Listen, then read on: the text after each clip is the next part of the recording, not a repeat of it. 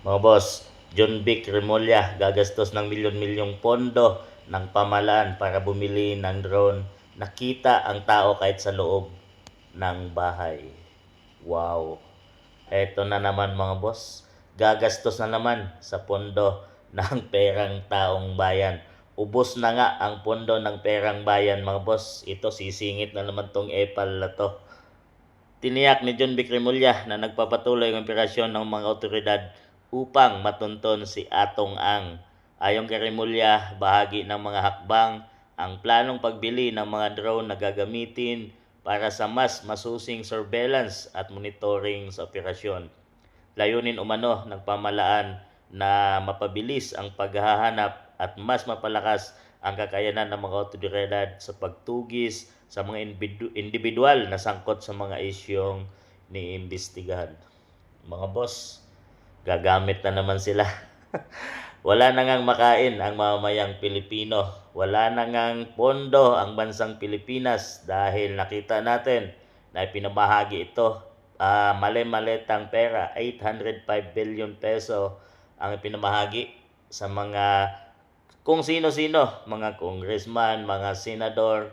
Yun ay pinatunayan ng mga 18 Marines mga boss na mga tao or dating tauhan ni Speaker or ni Saldico at talagang pinatotohanan nila mga boss.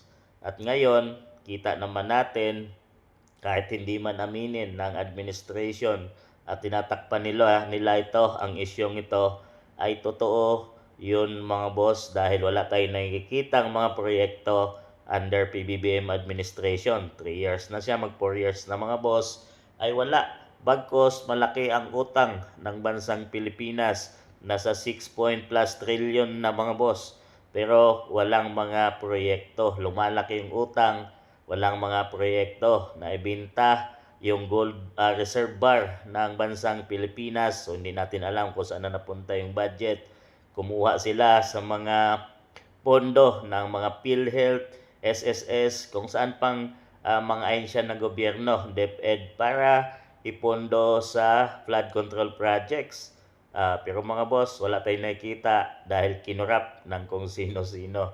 Talagang malaking pera ang nawala sa pera ng taong bayan. At ito, dadagdag na naman si John Vic Remulla at gagastos para lang tugisin si Atong Ang mga boss. Ito ang katotohanan sa mga kabinete ng administration mga boss. Wala silang ibang inisip kundi wadi nila iniisip ang kapakanan ng mamayang Pilipino. Kahit yung paglikas nga ng mga kababayan nating OFW na naipit sa Middle East ay hindi nila pina-priority. Heto na naman mga boss, dapat unahin yung dahil tumataas na yung presyo ng mga petrolyo langis sa ating bansang Pilipinas dahil naipit sa Middle East mga boss, ay inuuna pa rin ni John Vic Remulla na bumili ng mga drone para lang tugisin si Atong Ang. Mga boss, kayo nang humusga sa taong ito. Ano masabi niya?